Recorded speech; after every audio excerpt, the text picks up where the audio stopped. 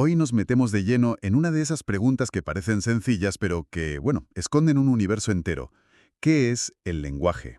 Uf, casi nada. Casi nada, exacto. A primera vista, pues uno podría decir que son solo palabras, unas reglas que usamos y ya está, para comunicarnos. Sí, como una herramienta y punto. Eso es. Pero los materiales que tenemos hoy sobre la mesa sugieren que es algo, mucho, mucho más grande. Muchísimo más. Hemos reunido una serie de textos que exploran las ideas de 5 pensadores que le dieron una vuelta increíble a esta cuestión. Terence Bacon, Ernst Cassirer, David Lewis Williams, Merlin Donald y Claude Lévi-Strauss. Nombres potentes, desde luego. Y nuestra misión hoy es justo esa, intentar desgranar la idea central de cada uno para construir, pieza a pieza, una imagen, pues, más completa de lo que significa hablar, pensar y, en el fondo, ser humano. Es un viaje interesante, porque toca palos muy distintos. Totalmente. Nos va a llevar desde la biología hasta las cuevas prehistóricas y la estructura de los mitos. Así que, ¿empezamos? Venga. Bueno, para desgranar esto, el primer punto de partida que proponen las fuentes es la idea del símbolo. Y para eso nos presentan a Terence Deacon y su libro The Symbolic Species. La especie simbólica, exacto. Y su argumento central es muy potente. Lo que de verdad nos distingue como especie no es el tamaño del cerebro, sino esta extraña habilidad para usar símbolos. Exacto. Y es crucial entender qué es para él un símbolo, porque no es lo mismo que una señal, ¿eh? Ahí quería llegar. Claro.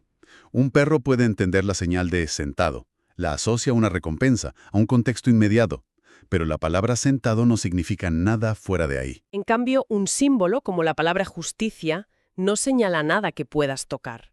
Es una abstracción, una idea compleja que hemos acordado compartir. Claro. En los textos lo describen como un puente invisible, un puente que conecta mentes.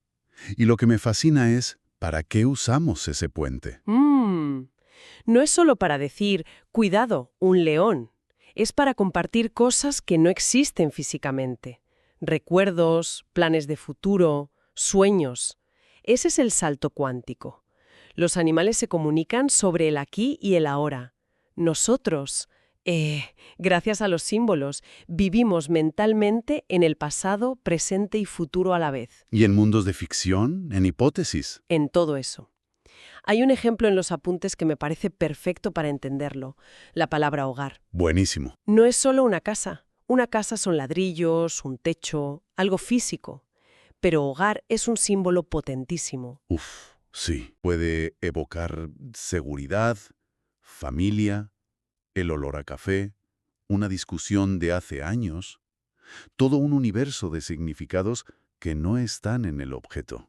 Y cada persona que escucha esa palabra construye una imagen mental un poco diferente, pero todos compartimos ese núcleo simbólico. Ese acuerdo tácito. Ese es el pegamento de la cultura. Por eso Deacon dice que hablar es un acto de libertad. Nos libera de la tiranía del presente, nos permite construir mundos en la cabeza y compartirlos. Vale, entonces somos la especie simbólica. Entendido. Pero esto me lleva a una pregunta. ¿Es el lenguaje solo una herramienta más, como el arte? ¿O es algo más, fundamental? Y aquí es donde las fuentes introdujen al filósofo Ernst Cassirer, que parece que lleva esta idea todavía más lejos, ¿no? Mucho más lejos. Si Deacon dice que usamos símbolos, Cassirer afirma que vivimos dentro de un universo simbólico. ¿Cómo? Él dice que el ser humano ya no puede enfrentarse a la realidad de forma directa. Entre nosotros y el mundo físico hemos tejido una red tan densa de símbolos que todo lo que experimentamos pasa primero por ese filtro. O sea que no es que haya un mundo real ahí fuera, y luego nosotros le ponemos etiquetas. No, Es que nuestra propia percepción de ese mundo ya está moldeado por el lenguaje. exactamente. Para Cassirer, el lenguaje es una forma simbólica clave, sí, pero no es la única. El mito, el arte, la ciencia, la religión, son todas formas distintas de organizar y dar sentido a la realidad. Vale. Y aquí viene el matiz que lo cambia todo. El lenguaje no refleja la realidad, la crea. La organiza, la estructura, le da un significado que antes no tenía. Eso suena muy abstracto. Dame un ejemplo práctico. Pues mira, el ejemplo de la tormenta que mencionan las fuentes. La ciencia la describe con conceptos como baja presión, electricidad estática. Esa es una forma simbólica de entenderla. Vale. Sí, Pero una cultura antigua no tenía esos símbolos, creaba otros. Un mito sobre la furia de un dios. En ambos casos, no se está solo describiendo la lluvia y los truenos. Se está construyendo un relato con un significado. Claro, uno te dice cómo funciona y el otro por qué pasa, en un sentido más profundo. Justo. El mito transforma la tormenta en una historia con intención. La ciencia en un sistema predecible. Ninguna de las dos es la tormenta real. Son interpretaciones simbólicas. Vale, ahora lo pillo. O sea, no es que inventemos un árbol de la nada, el árbol está ahí. Lo que construimos es la red de significados a su alrededor, si es un árbol sagrado, si es madera para construir, si es el recuerdo del abuelo que lo plantó. Exacto. Precisamente, la realidad física es la misma, pero nuestra experiencia de esa realidad está mediada por las palabras y las historias que usamos. Es una idea alucinante, pero me deja pensando, si el lenguaje es tan potente, ¿cómo empezó todo? Porque no me imagino a dos ancestros sentándose y decidiendo, oye, vamos a inventar los símbolos. No, claro, suena absurdo. Suena a un salto demasiado grande. Y aquí es donde las fuentes nos llevan a un lugar subterráneo. Nos llevan a las cuevas, sí, y al trabajo del arqueólogo David Lewis Williams. Su propuesta es radical porque saca el origen del lenguaje de lo puramente racional y práctico. Totalmente. Él dice que no nace solo de la necesidad de coordinarse para cazar. No, Nace de la imaginación, de los sueños, de lo que él llama estados especiales de conciencia. Y su evidencia principal es el arte rupestre. las pinturas de Lascaux, de Altamira. Esas mismas. Y su conclusión es que aquello no era el equivalente a colgar un cuadro en el salón. Para nada. Él argumenta que esas pinturas, a menudo en las partes más profundas de las cuevas, eran parte de rituales chamánicos. Eran visiones. La cueva era como una membrana entre el mundo de los vivos y el de los espíritus. Un templo. Y entonces, ¿dónde encaja el lenguaje en todo esto? El lenguaje, en este contexto, es la herramienta para traducir lo invisible. Es el intento de dar forma, de comunicar, experiencias internas que son fluidas, caóticas, como un trance o un sueño. Y no habla solo de palabras, ¿verdad? No, es un lenguaje multisensorial. Son las imágenes en la pared, sí, pero también los cantos que resonarían en la oscuridad, los gestos, las danzas. Me parece una idea potentísima. Hay una frase en los textos que lo resume genial. Hablar no es solo describir el mundo, sino también soñarlo. Es preciosa. El lenguaje como una puerta entre lo que es real y lo que es posible. Al final, la metáfora que usan es que, al hablar, todos estamos pintando nuestras propias cuevas interiores. Dando forma a nuestro caos interno para poder compartirlo. Y si conectamos esto, la perspectiva de Merlin Donald complementa esta idea perfectamente. Cierto. Donald nos advierte que este salto no fue un interruptor que se encendió de repente. Sí. Fue un proceso evolutivo muy, muy largo. Él propone como unas etapas, ¿verdad? Sí, básicamente lo divide en tres grandes fases. La primera, la cultura mimética, se basaba en el cuerpo.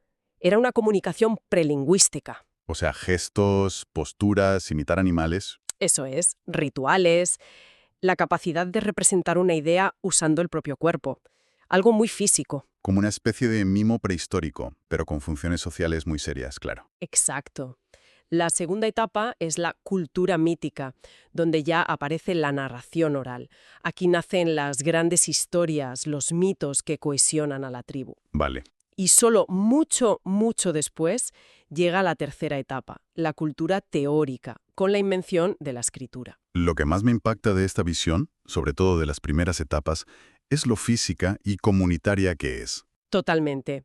Uno de los textos describe una escena muy evocadora. Un grupo alrededor del fuego, sin libros, sin nada.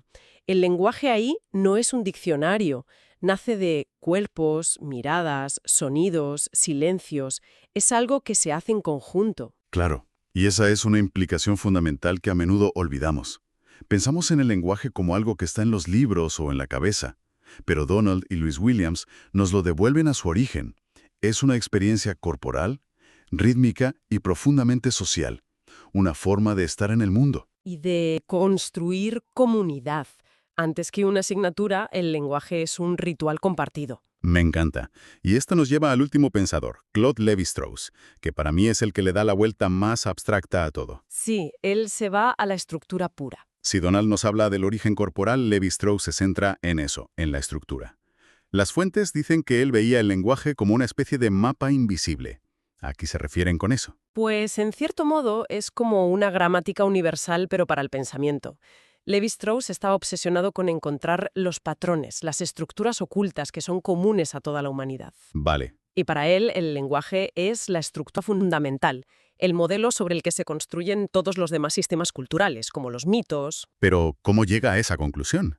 Porque los idiomas y las culturas son increíblemente diversos. Él lo hace estudiando los mitos. Analizó miles de mitos de culturas de todo el planeta que en apariencia no tenían nada que ver. Y lo que descubrió fue fascinante, ¿El qué? que aunque los personajes y las tramas cambiaban, las relaciones lógicas entre ellos eran sorprendentemente similares. Oposiciones como crudo-cocido, vida-muerte, naturaleza-cultura, aparecían una y otra vez organizando el relato. O sea que Smito no es solo un cuento para entretenerse. Es una máquina lógica, diría él, una forma de resolver contradicciones de la experiencia humana. Y esa máquina funciona con las reglas que le da el lenguaje. Entiendo. Para Levi Strauss, cuando hablamos, no solo decimos cosas, estamos sobre todo ordenando el mundo. Creamos categorías, separamos sujeto de objeto. Esto conecta con algo que decíamos. Esto no es solo sobre mitos antiguos, ¿no? Pasa hoy. Claro que pasa. Cuando creamos palabras como procrastinar o micromachismo, no estamos solo etiquetando algo, estamos creando una categoría mental nueva que nos permite ver ese comportamiento, analizarlo. Criticarlo de una forma que antes no podías. Justo. Estamos, como diría él, dibujando una nueva línea en nuestro mapa invisible. Ese es un ejemplo perfecto. Cada nuevo concepto es una nueva herramienta en ese mapa. Por eso, una de las conclusiones que extraen las fuentes de su trabajo es muy directa. Aprender a hablar, a escuchar y a contar historias es también aprender a pensar. El lenguaje no es el vehículo del pensamiento. Es el andamiaje mismo del pensamiento. Una especie de brújula simbólica, como lo llaman, que nos guía en esa búsqueda universal de sentido. Entonces, ¿qué significa todo esto? Si intentamos juntar todas las piezas de este puzzle que hemos montado, ¿qué imagen final nos queda? Pues ha sido un viaje intenso, ¿eh? Pero creo que lo más valioso es ver cómo las piezas encajan sin contradecirse. No es que uno tenga razón y los otros no. No, para nada. Es que cada uno ilumina una faceta diferente de un fenómeno increíblemente complejo. A ver, recapitulemos. Por un lado, Deacon y Cassirer nos han mostrado el poder alucinante del símbolo. El lenguaje como creador de mundos de significado. Exacto. La herramienta que nos permite construir nuestra experiencia de la realidad. Luego, Lewis Williams y Donald nos han anclado esa capacidad en un origen mucho más profundo, más visceral. Nos han recordado que el lenguaje tiene sus raíces en la visión, el cuerpo y el ritual comunitario. No es una invención abstracta. Sino algo que creció de nuestra biología y de nuestra necesidad de vivir en grupo. Nika.